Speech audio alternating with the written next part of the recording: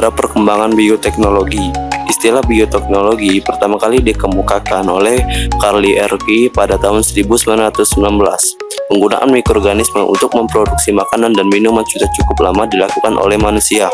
Sejak tahun 6000 sebelum Masehi, masyarakat Babilonia sudah menggunakan ragi untuk membuat bir. Tahun 4000 sebelum Masehi, masyarakat Mesir telah menemukan bahwa ragi dapat mengembangkan adonan roti. Semua proses pembuatan makanan dan minuman itu menerapkan bioteknologi.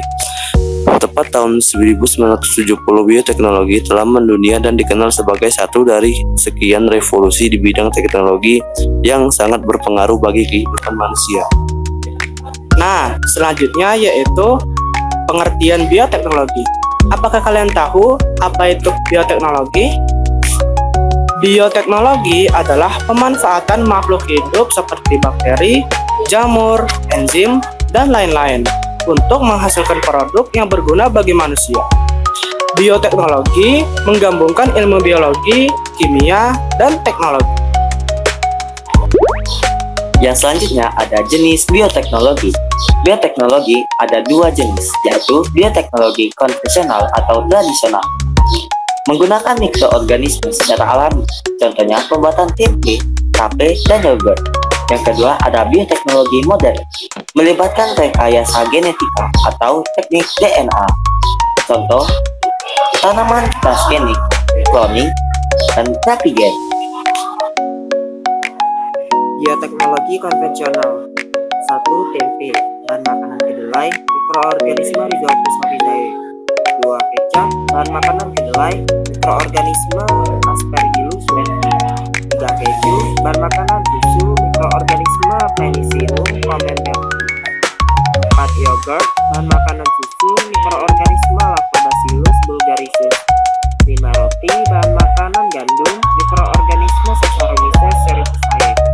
6. Matahari koko, bahan makanan air kelapa, mikroorganisme Cephalobacter psilocybe. 7. Tape, bahan makanan singkong, mikroorganisme Saccharomyces cerevisiae. 8. Berempada, bahan makanan beras ketan, mikroorganisme Saccharomyces cerevisiae. 9. Oncom, bahan makanan kacang tanah, mikroorganisme Neurospora crassa. 10. Minuman anggur, bahan makanan buah anggur, mikroorganisme Saccharomyces ellipsoideus. Bioteknologi modern. 1. Tanaman transgenik seperti tahan hama, misalnya jagung bete. 2. Insulin rekombinan dihasilkan oleh bakteri hasil rekayasa gen. 3. Cloning membuat salinan genetik identik, contohnya domba Dolly. Perbedaan bioteknologi konvensional dan modern. Perbedaan yang pertama yaitu biaya. Bioteknologi konvensional relatif lebih murah, sedangkan bioteknologi modern relatif lebih mahal. Perbedaan yang kedua yaitu teknologi. Bioteknologi konvensional, peralatan dan teknik yang digunakan masih sederhana, sedangkan bioteknologi modern, peralatan dan teknik yang digunakan canggih. Perbedaan yang ketiga, penggunaan mikroorganisme. Bioteknologi konvensional menggunakan mikroorganisme utuh secara langsung, sedangkan bioteknologi modern menggunakan sebagian bagian dari mikroorganisme. Perbedaan yang keempat, prinsip kerja.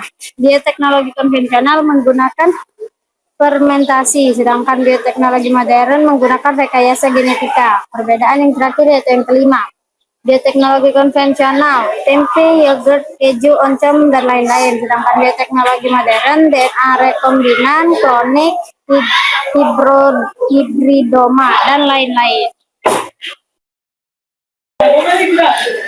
Penerapan bioteknologi dalam kehidupan sehari-hari. 1. Pangan, tempe, yogurt, keju, kecap, fermentasi, tanaman tahan hama atau kekeringan. 2. Kesehatan, produk insulin, vaksin, antibiotik, terapi gen untuk mengobati penyakit genetik. 3. Lingkungan, bioremediasi, menggunakan mikroba untuk membersihkan limbah atau polusi, pengolahan limbah organik dengan bakteri. 4. Pertanian dan peternakan, pembuatan pupuk hayati, cloning hewan unggul.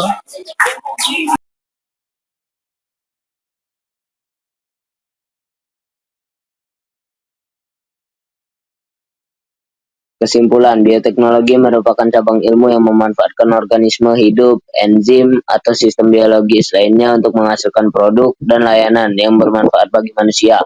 Bioteknologi dibagi menjadi dua jenis, yaitu bioteknologi konvensional yang menggunakan mikroorganisme secara alami, seperti dalam proses fermentasi, dan bioteknologi modern yang menggunakan teknologi canggih seperti rekayasa genetika. Penerapannya meliputi berbagai bidang kehidupan seperti pangan, kesehatan, pertanian, dan lingkungan. Meskipun memberikan banyak manfaat, bioteknologi juga dapat menimbulkan dampak negatif jika tidak digunakan secara bijak. Oleh karena itu, penting untuk mengembangkan dan menerapkan bioteknologi dengan memperhatikan etika, keamanan, serta kelestarian lingkungan.